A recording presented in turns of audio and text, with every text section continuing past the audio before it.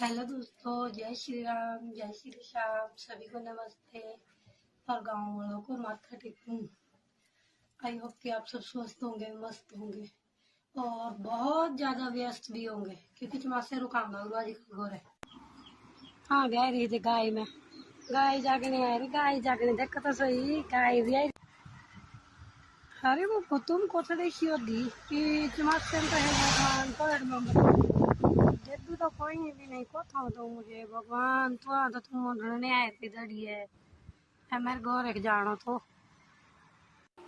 खाने बनाने की शिफाई भी खा बनी खाने। तब मैं सोचो भाई